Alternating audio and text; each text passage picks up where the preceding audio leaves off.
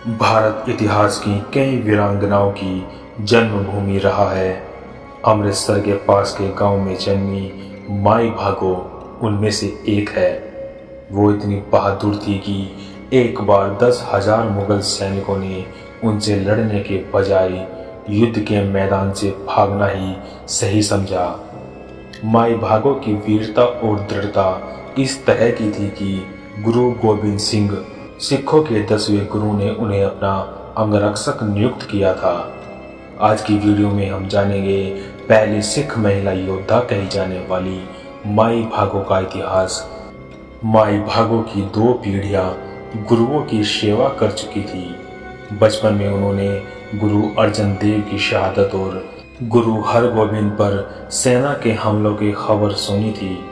गुरुओं और सिखों के खिलाफ राज्य सरकार के हमले के बारे में परिवार में अक्सर चर्चा होती रहती थी। इस सब का असर यह हुआ कि माई भागो ने निर्णय कर लिया कि वो सिखों के खिलाफ हो रहे अन्याय को रोकने के लिए अपना कर्तव्य निभाएगी। जैसे जैसे वह बड़ी होती गई उसके मन में ये विचार और भी ज्यादा मजबूत होता गया। 1699 में जब गुरु गोविंद सिंह ने खालसा पंथ की स्थापना की तो माई भागो भी आनंदपुर साहिब गई।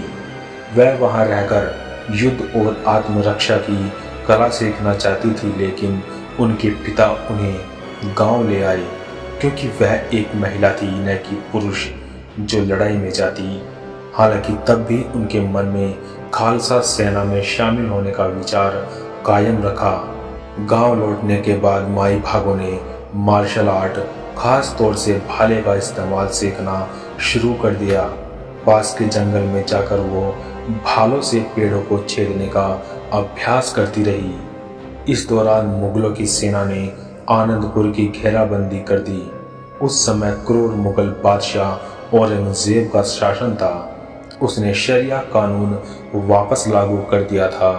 वो खास तौर से सिखों के खिलाफ था, क्योंकि सिख धर्म में पुरुष और स्त्री को बराबर का दर्जा दिया गया था, जो औरंगजेब के विचार के विरुद्ध था। औरंगजेब ने गुरु गोविंद सिंह के खिलाफ एक विशाल सैन्य अभियान चलाया। 1704 में मुगल सेना को गुरु को पकड़ने के लिए आनंदपुर भेजा गया। पंजाब के मुक्तसर साहिब शहर की ऑफिशियल वेबसाइट के अनुसार आनंदपुर को 8 महीनों तक घेरा गया था। खाने पीने का सामान भी ज्यादा नहीं बचा। हालांकि फिर भी गुरु गोविंद सिंह के साथ खड़े सैकड़ों सिखों में से केवल 40 सिखों ने आनंदपुर छोड़ने का फैसला किया। हालांकि कई कोशिशों के बाद भी मुगलों की 10 लाख लोगों की सेना गुरु के 10,000 सिख सैनिकों को झुका नहीं सकी। अंत में मुगल सेना ने एक लिखित शपथ के तहत गुरु से अनुरोध किया कि वो आनंदपुर छोड़ दे। इस बीच वो उन्हें नुकसान नहीं पहुंचाएंगे। उन्होंने गुरु को लिखा कि उनका एकमात्र उद्देश्य गुरु को उस समय आनंदपुर से बाहर करना था और उनका गुरु को नुकसान पहुंचाने का कोई इरादा नहीं है। लेकिन जनरलों ने अपनी शपथ तोड़ दी और गुरु के किले से बाहर आने पर उन पर हमला कर दिया। गुरु को सिरसा नदी पार करते समय और पास के गांव चमकौर में लड़ाई लड़ने के लिए मजबूर होना पड़ा। इस दौरान उनके कई सिख और उनके 2 बड़े बेटे शहीद हो गए। माई भागो को जब खबर मिली कि गुरु आनंदपुर छोड़कर मालवा आ रहे हैं, तो उन्होंने गांव-गांव जाकर उन 40 सिखों को इकट्ठा किया जो गुरु को आनंदपुर छोड़कर भाग गए। वह उन लोगों से कहती थी कि हमारे गुरु ने हमारी आज़ादी के लिए अपने पूरे परिवार का बलिदान दे दिया और हम खुद खड़े होकर अपने नागरिक और मानव अधिकारों की रक्षा क्यों नहीं कर सकते।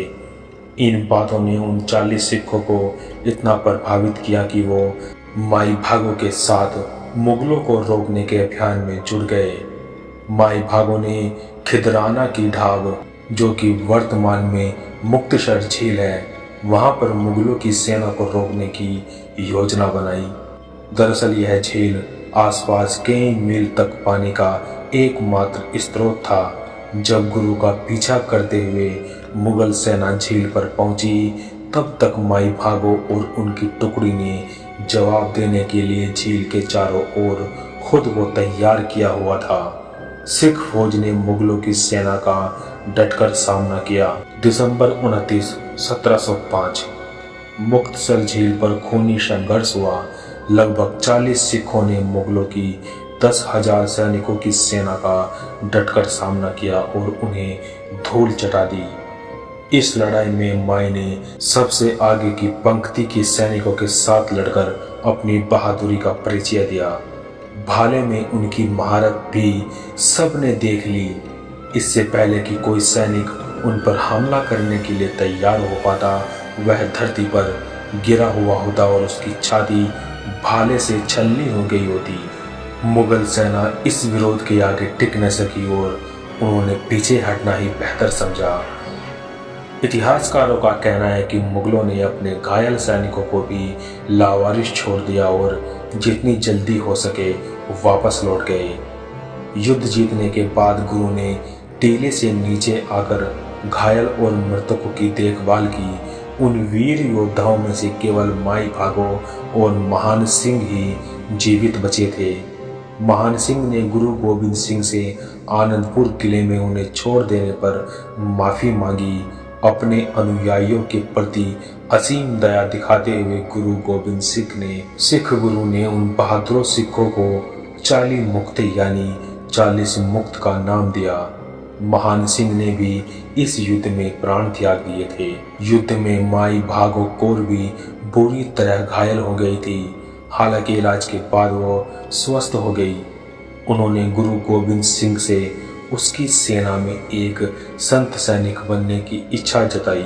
गुरु गोविंद सिंह ने उनकी इच्छा मान ली और उन्हें अपने अंगरक्षक के रूप में अपने साथ रहने देने के लिए सहमत हो गए। गुरु के साथ वह भारत के दक्षिण में नांदेड़ शहर चली गई और जीवन भर वहीं रही। आज की हमारी ये वीडियो यहीं तक। मिलते हैं नेक्स्ट वीडियो में, तब तक के लिए बाय एंड टेक केयर।